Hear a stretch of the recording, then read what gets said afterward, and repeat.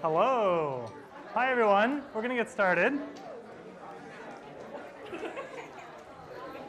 Welcome back. Happy Thursday, as I just heard. If you don't have the note packet, you need two. You need the one from last lecture, as well as a new one. They look similar.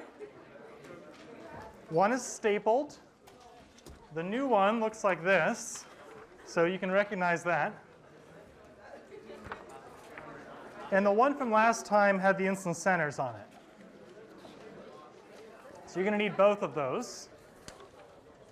Anyone missing those? I was going to ask, did you post these? They're both posted on Quercus, yeah. Yeah. Great. So today's topic, we're finishing up velocity polygons.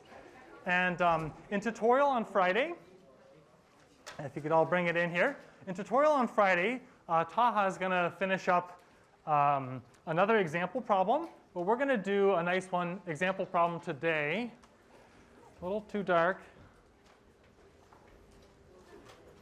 Okay, we'll go to the dark one. So today we're going to do velocity polygons. I say we're finishing it, and really we're just starting it. But velocity polygons is a type of velocity analysis method which you need to learn by doing. So we're going to do an example problem, and I'm going to teach you the method by example today. And we're going to be solving this problem using some drawing parallel lines. It's a really it's a common thing you're going to do with velocity polygons. So this is how I draw parallel lines using two triangles. If you don't have your triangles today, you can bring them next time. Let's say we have a line here, and I want to draw a line parallel to that line that intersects with this point P. I would get out my triangle, and I don't know if you notice, it doesn't get cooler than this. Mine's an MIE 301 triangle. I don't supply those. You'll have to make your own, sorry. Okay, so we're going to put the first triangle on this line, and I'm going to bring the second triangle along here. And you see we can just slide that until we intersect to the point. So very clever, eh? And if we want a little more room, we can slide the first one over. There you go. And we can draw our nice parallel line that intersects with point P. Okay, but it gets better. Check out this toy. It's a ruler with a little rubber. Yeah, you probably don't have one of these. You really gotta come prepared for this.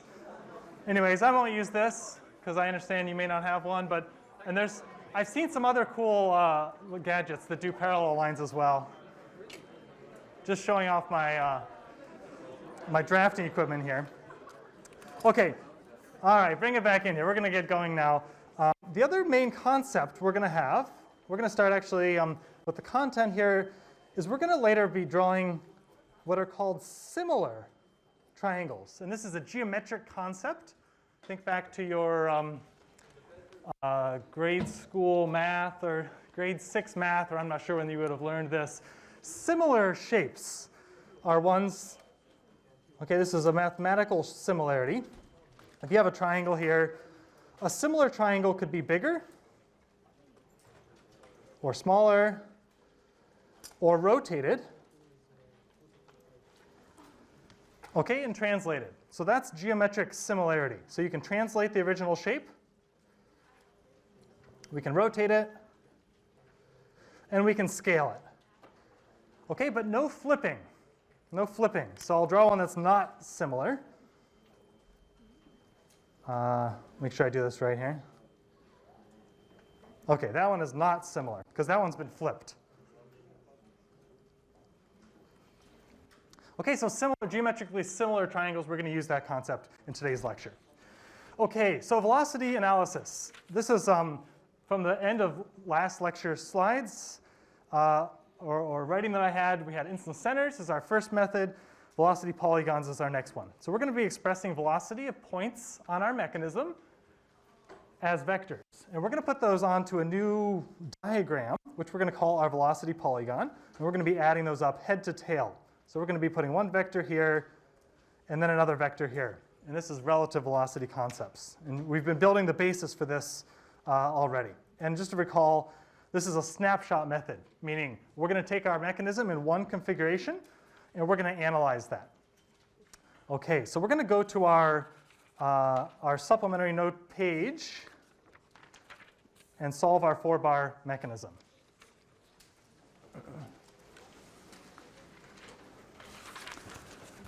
Okay, I outlined the whole method on another page for you, so you can reference that. And we're not going to, fuss over that, but you can keep that just as a reference for yourself as we go through this problem. So this is our 4-bar. We need to know something about velocities transferring through. That's our goal. Okay, so this is velocity polygon method.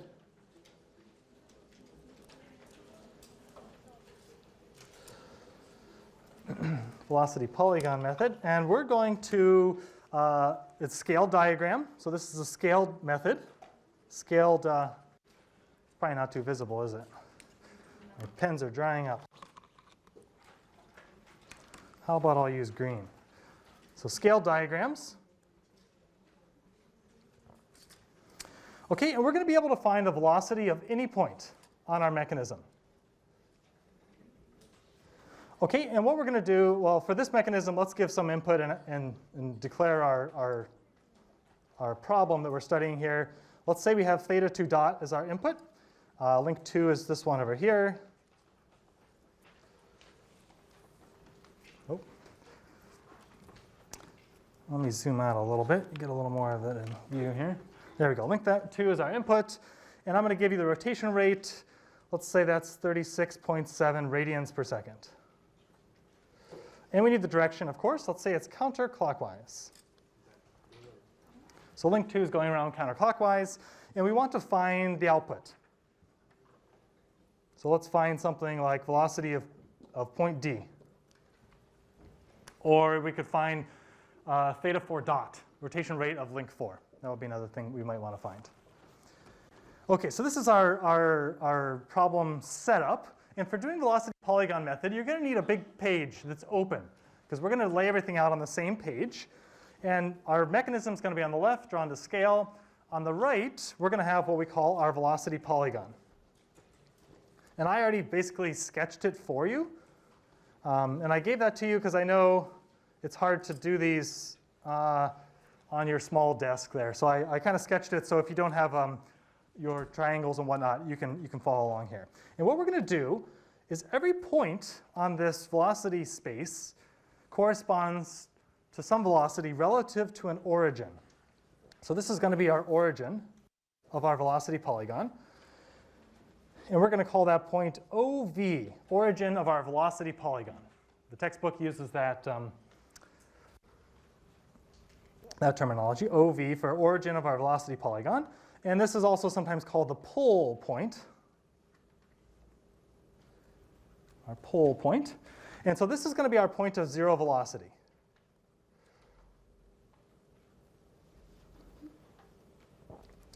Okay, and we have some points on our mechanism that have zero velocity. That would be our ground connection points.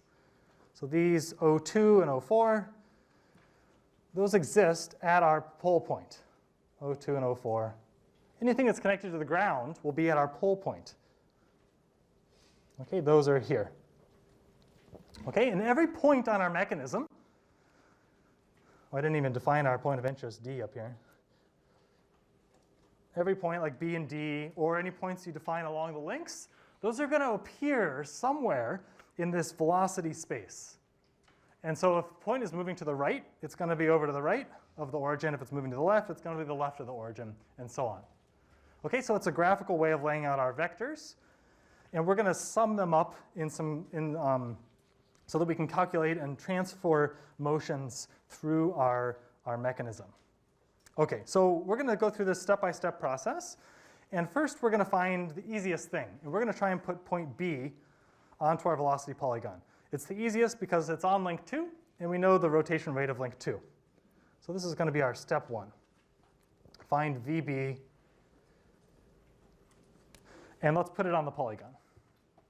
Okay, so we're going to act like it's on link 2. We know it is on link 2, but we're going to do analysis of link 2 to calculate that velocity. We know how to do this. We'd call it a case 1. So we could write out an equation for that. Velocity of B relative to its base pivot, O2. It's just going to be the length of that link times its rotation rate. And the direction is going to be transverse direction BO2. Okay, and unlike before, where we just kind of sketch things by hand, it's going to be very important when solving these to actually do it accurately and lay out correct directions. So I know link 2 is rotating counterclockwise, so VB should be up and to the left, and it should be perpendicular to the link 2, right? That's the direction. So I'm going to use my triangle to actually draw that on here.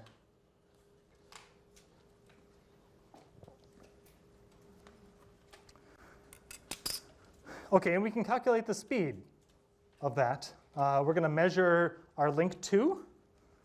My only ruler is too big here. Let me find my other ruler. Can anyone measure link 2 for me?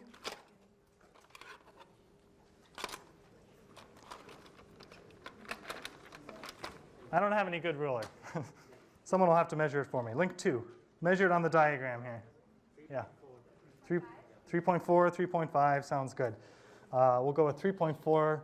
That should be centimeters, right? And theta 2 dot is 36.7. So we can get our velocity of point B. Multiply those together. Actually, it's the same one I measured before. We get 125 centimeters per second. Okay, and the direction we put on the diagram directly. So now we're ready to transfer that to our velocity polygon. So we're going to use our two triangles, and we're going to transfer this. So this is velocity of what? It's velocity of B relative to the ground. So we could write that explicitly. Velocity of B relative to O2. So this vector here, we're going to put starting at our pole point and going up and to the left. And how long do we draw it? We need some sort of scale here, right? So velocity polygons always need a scale, and the units should be distance to speed units conversion. So you would have to make this up, or maybe it would be given to you if someone's already solved the problem for you. So let's say each centimeter on our velocity polygon corresponds to 25 centimeters per second. Okay, and if you choose a bad number, your polygon will be too big, and it won't fit on the page, or it'll be too small and you can't take accurate measurements. So if you're not given this, you may have to find your first velocity and figure out what's a reasonable length and set your scale. Okay, so that's the one we're going to use. So this is what? 5 centimeters, right, on our polygon.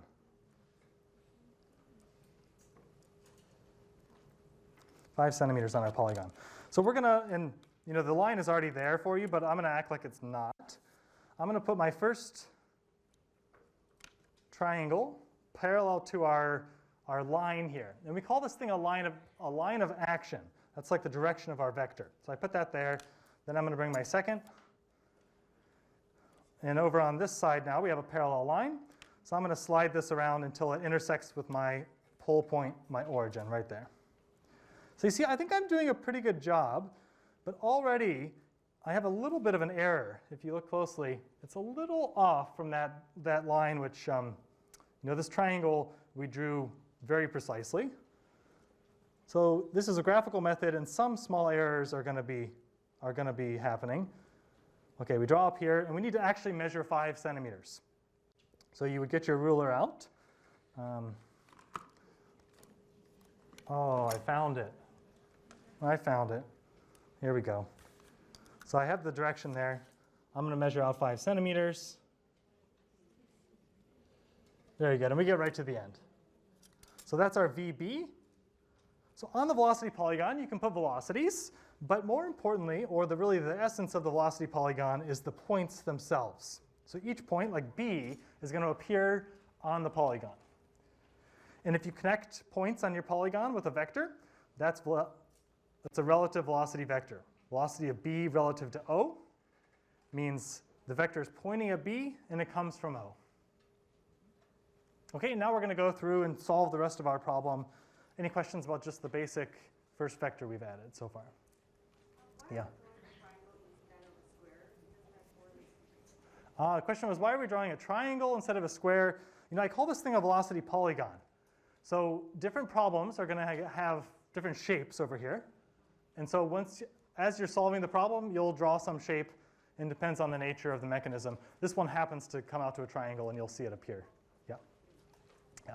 Okay, so let's do our next step. That was step 1. Let's go on to step 2. Step 2, let's find D. That's our other point of interest here. Okay, so that should appear on our polygon somewhere. And so we're going to have 2 ways of finding it.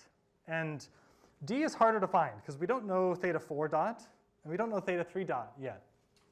So we can't find it in one step. So we're going to have to go through a 2-step process. And we've written these things out before. So we're going to have our first method is going to be, let's go through B and then do D relative to B.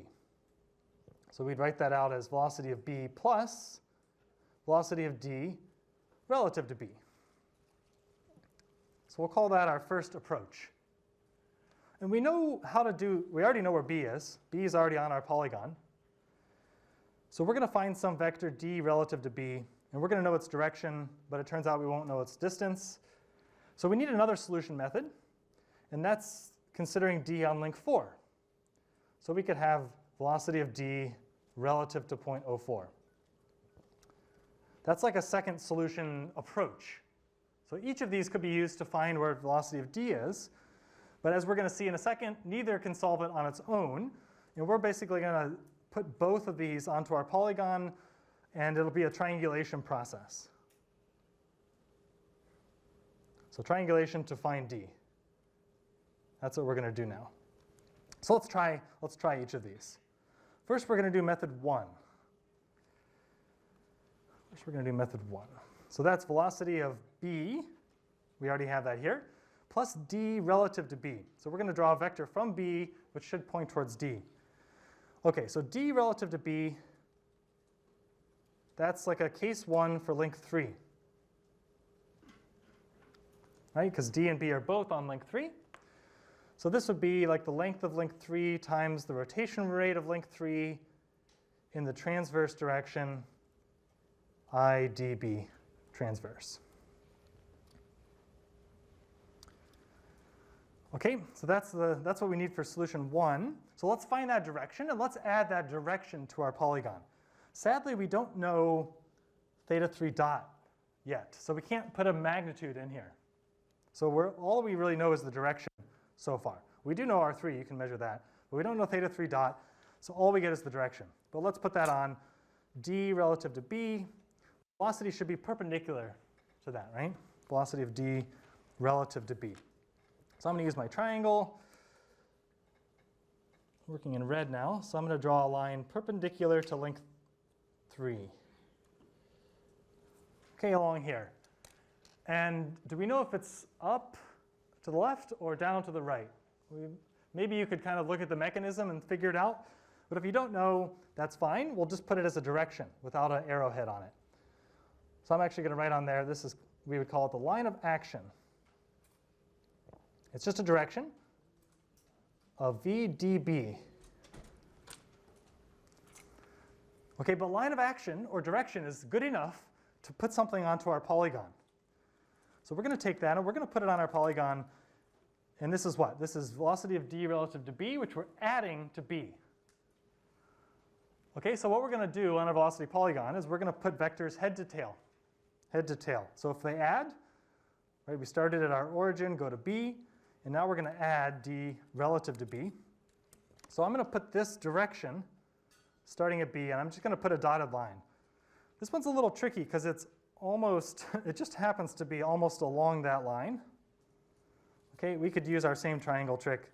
It's a little tricky in this case.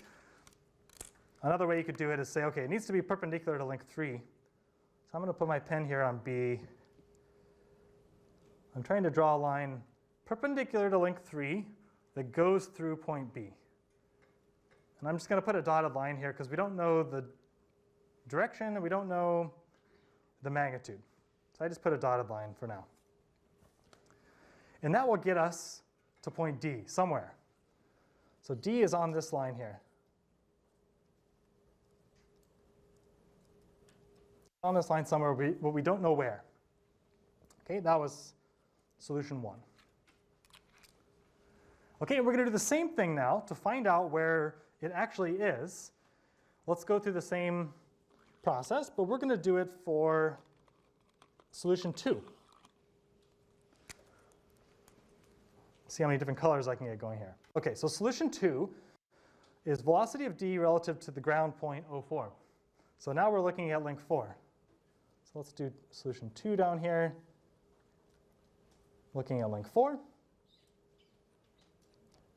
Velocity of d relative to 0,4 should be the length of that link times its rotation rate. And we get a direction, I theta d04. I forgot the theta there. It's transverse direction, d relative to 0,4. Okay, so for this solution method, this is d relative to the ground, right? So for this one, we're going to do the same thing we did for step 1, but now we're going to put a dotted line intersecting with the origin point. And its direction needs to be I theta d04. Okay, and that's going to be perpendicular to link 4. Okay, and if I'm drawing that perpendicular line, it doesn't necessarily have to be a D. I'm just going to put a perpendicular line on here. Perpendicular to link 4. Then that's the line of action of VD04. Okay, we're going to add that to our polygon now. We always look back to this is our solution approach here. So we're doing method 2, which means we just start at the ground, the pole point, and we're going to go in this pink direction, which is perpendicular to link 4. So I'm going to put my pen at 0,4, use my triangle to draw this line. I'm going parallel here.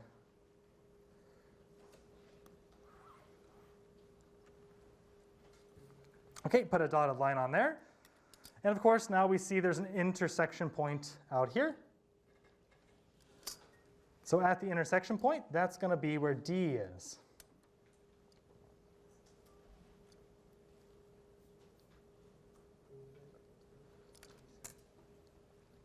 Okay, and this is our velocity polygon method. We found B and we found D. Okay, and velocity polygon is just this, it's an abstract velocity space chart, diagram. It's not useful inherently, but you can measure stuff on it now. So if we want to answer our question, our original question was, what is velocity of D? We know the direction.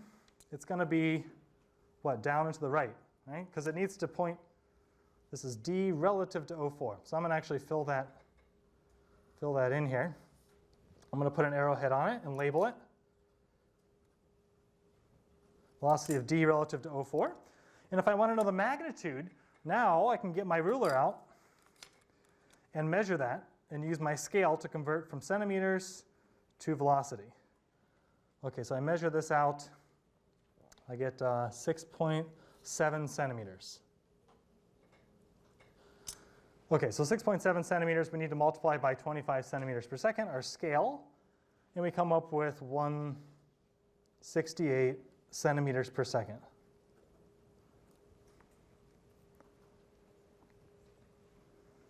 Great, so we solved the problem. This is our velocity of D.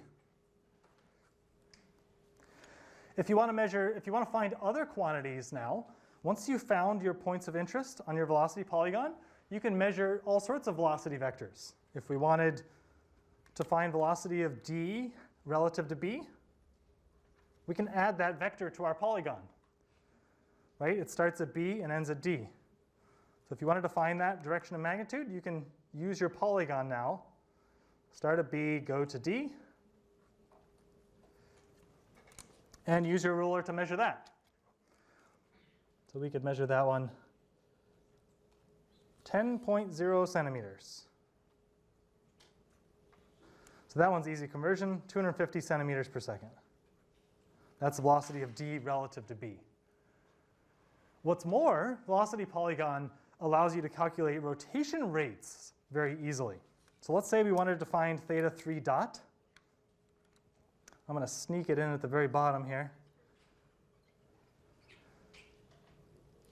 theta 3 dot. If you want to find a rotation rate, just look around your page and see if you have theta 3 dot in an equation somewhere. Here's our velocity equations down here. It's here, right? Theta 3 dot is here. So let's just solve for it. We know VdB now. We know R3. So let's just solve for theta 3 dot. Using this equation down here, using 1, it's going to be VdB divided by R3. And we know both those things. We have 250 centimeters per second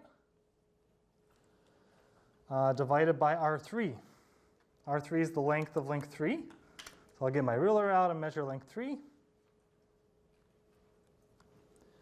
9.7 centimeters.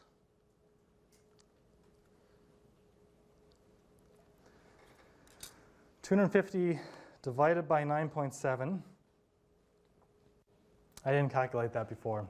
I don't have a calculator on me. Anyone can do that for me? While we're waiting on that, how about the direction? Should it be counterclockwise or clockwise? If you want to find that, look at your VdB. D relative to B is down and to the right. So let me actually put that up here. VdB should be down and to the right.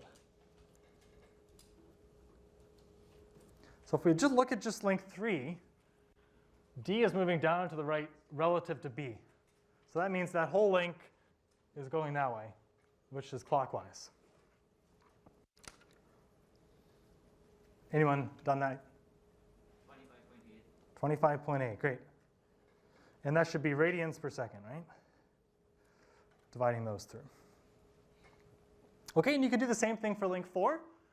Just look at your page, look for link 4, or write the equation if you need it. This is what the equations are always going to look like. They're just going to be these basic case 1s or case 2 equations, and solve for theta 4 dot.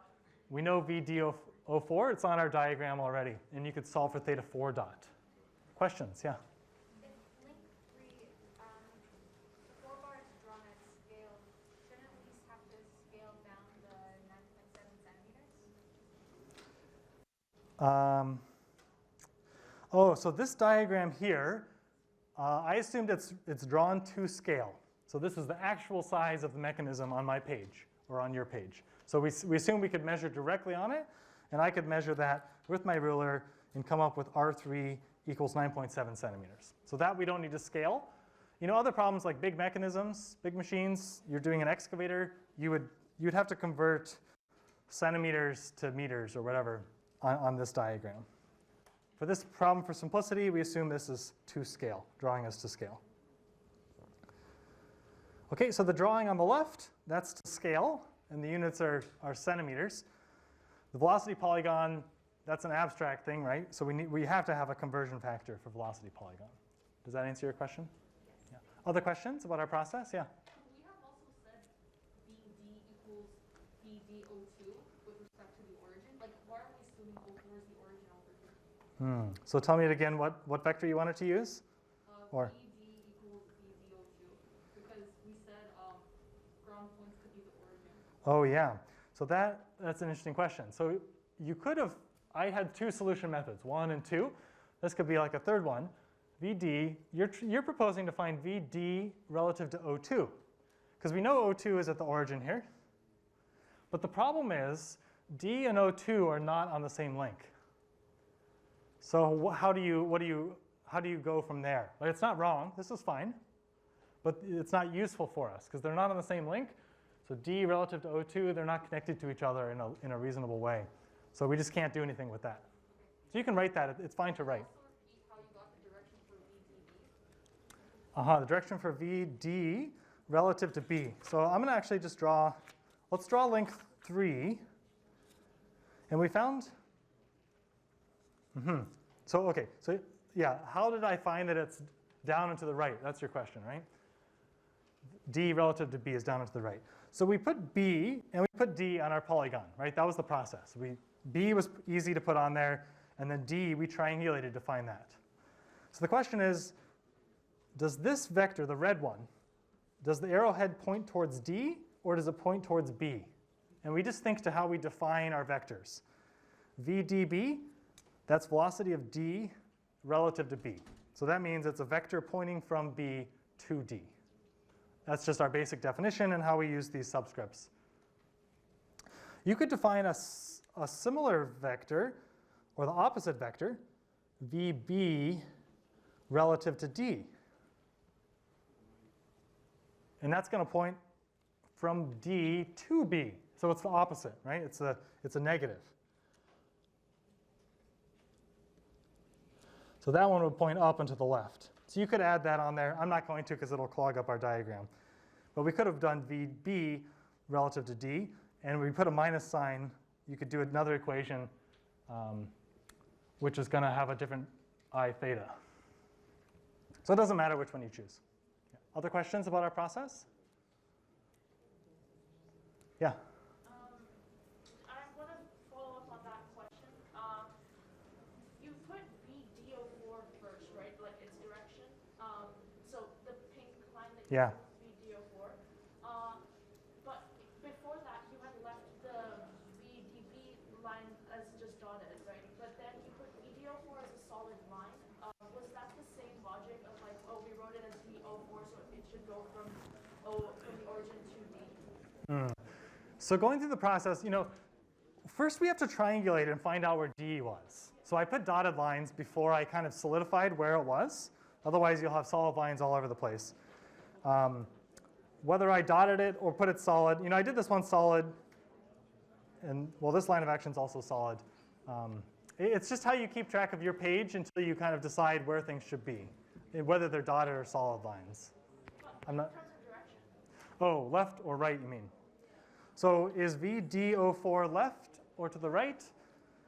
First you find D, then you can connect D and O4 with a line, and VDO4 needs to start at O4 and end at D.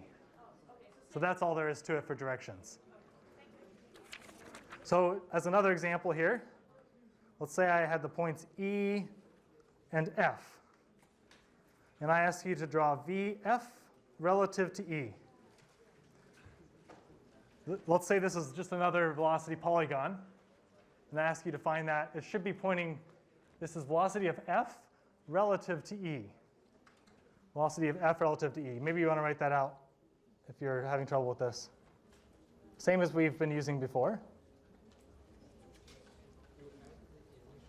Relative to E means you start at E and draw it towards F. The opposite would be VEF.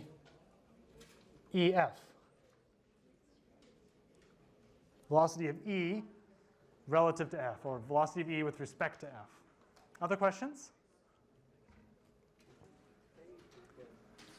Okay, so that's our basic method. And if you have a bunch of turning pairs, it's pretty straightforward to do that. You're going to see mechanisms that have sliding pairs and things where you'll have to think about how to define those. But we're going to go on to our next addition. I'm going to put a third point onto link 3. A third point on our link 3. And this we would call a coupler point.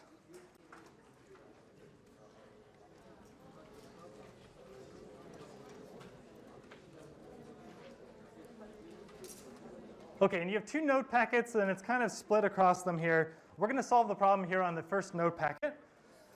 But just to remind you of why you would put an extension on link 3, this complicated diagram here shows you a bunch of those paths of link 3, coupler point. So there's that point. And for the place that we put it right now, that coupler point would trace out this path. Later on, you'll be able to draw these diagrams yourself in MATLAB using the vector loop method, which we haven't learned yet. But I showed you an animation a few weeks ago of moving that coupler point on link 3 and getting all sorts of different paths. So for example, you could get this path by putting the coupler point right there. So it's a different mechanism with a different coupler point there, and it would trace out this other path. So you see this attaching the output of the mechanism. That would be like the output point on link 3. by attaching it to all these different locations, you can get all of these interesting different outputs. And for your group projects, a lot of you have some challenge where you're trying to figure out how to get some weird shape of output. Trying to get your output to follow a straight line or a square or an oval or something like that. This chart right here can be a little idea generator for you. A 4-bar can be used to generate all those. Maybe you could combine it with some other mechanism. So let's do an analysis problem where we're going to find the velocity of that point. So we're going to find it on this same mechanism where we've added on that extra point. And we're going to call that point C. Okay, so we're going to have the same inputs. Okay, we're going to have the same theta2 dot input. I'll just put it on here. It's 36.7 radians per second, counterclockwise. Same input. So we can use the same starting solution from last time. I drew it on a new page here just so we could keep our previous page from getting too cluttered. This is our pole point down here, our origin point. Okay, and we already found these 2 points. So you can just put those on. You could sort of copy that accurately from your other page, but we'll just assume we found those now. Okay, that's what we solved on the previous page. So now we want to add C to this. Here's B and D. Now we want to add C. So velocity polygon solutions always look the same. We're going to write out some relative velocity equation. And it's going to look very similar to what we had last time. Instead of finding D, now we're finding C. Okay, so there's 2 ways you could do this. First, let's find B, and then go C relative to B.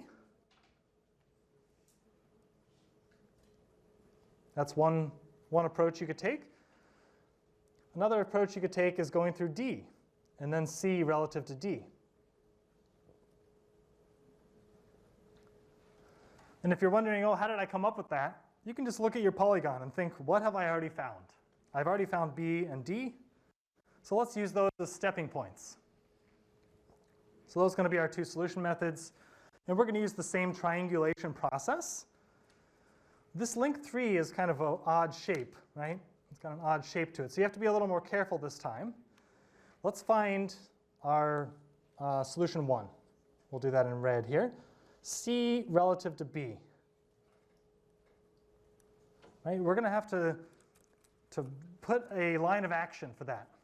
So we don't use this line here. We have to put I'm going to sort of just add a reference line here connecting C and B. You'd think about that like RCB. And now we go perpendicular to that line, and that's going to be our line of action of VCB.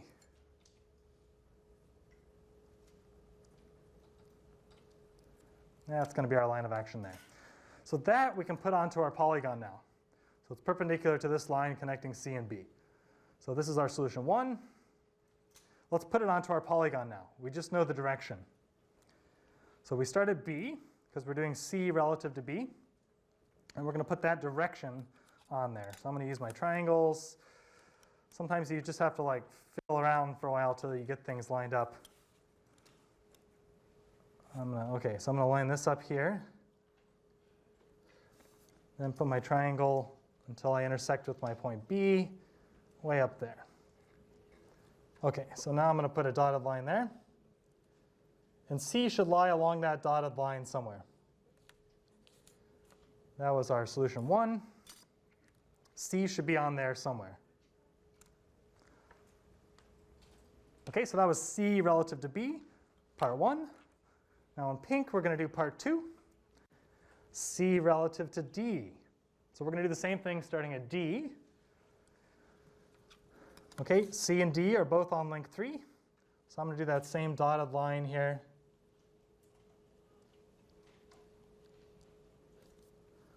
Okay, and perpendicular to that, I should get my line of action of VC relative to D.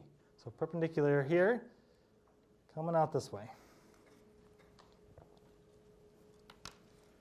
Just add those little perpendicular marks. There we go. So this is VC relative to D, line of action. I don't know if it's up or down yet. That's what we'll find out after we put it all on the polygon. So same thing. let's put this line of action onto our polygon. We're doing solution 2. So we're going to start at point D on our polygon. And we're going to add C relative to D. So I'm going to put a line through D that's parallel to this pink line.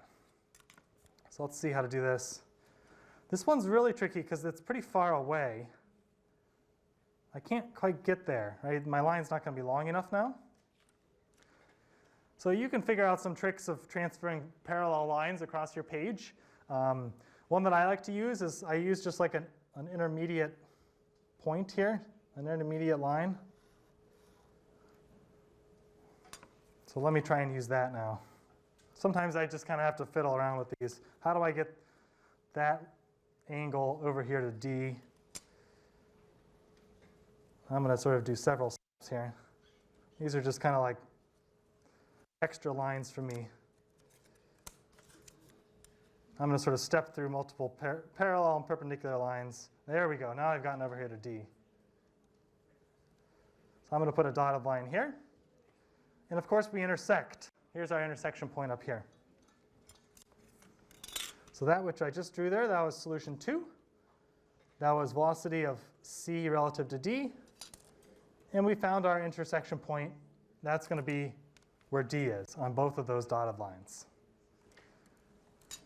So these were just part of my construction process.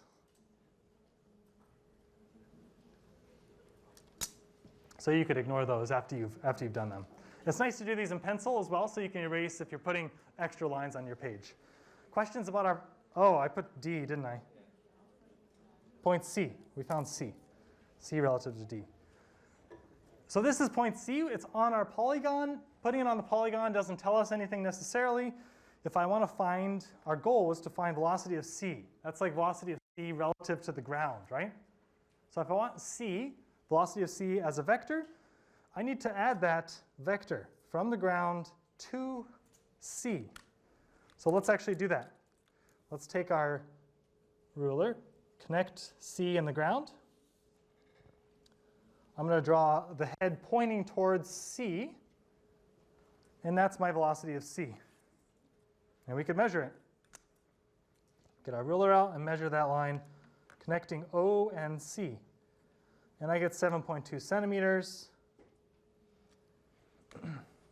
That's like 180 centimeters per second.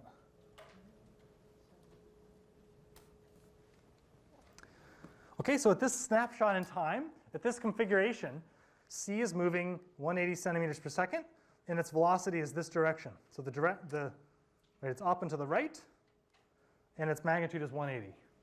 So for reporting your answer, you could copy this direction somewhere else and draw it as a scaled diagram, or you could get your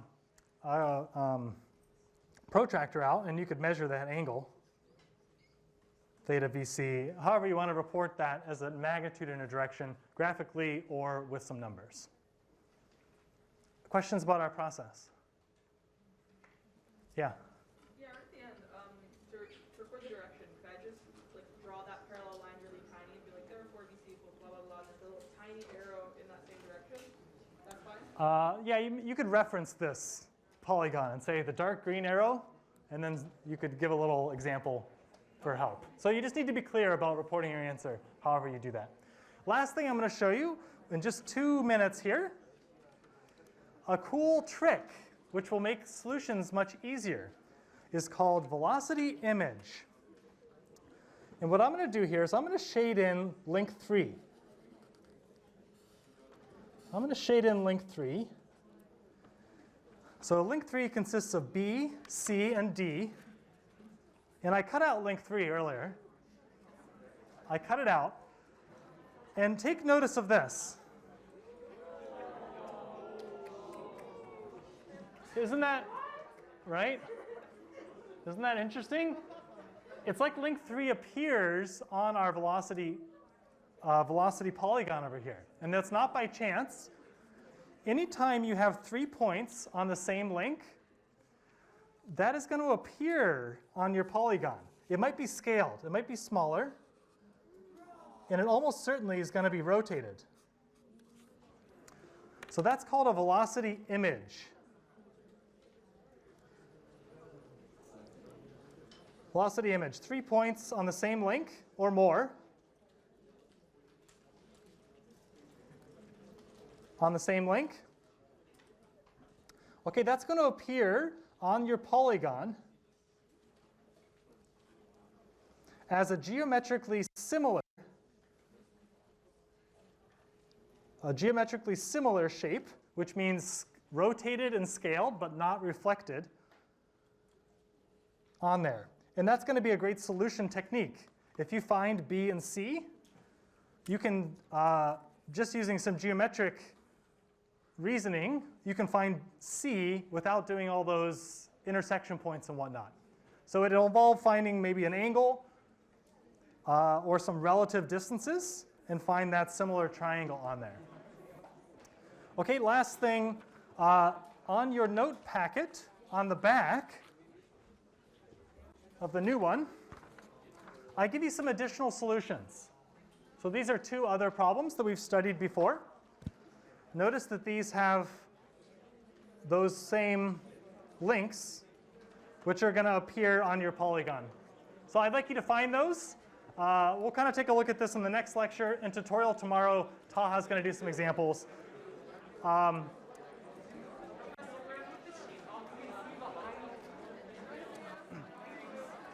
We're just out of time, so if you have questions, come on up and I'll answer those. Thanks, everyone. Have a good day.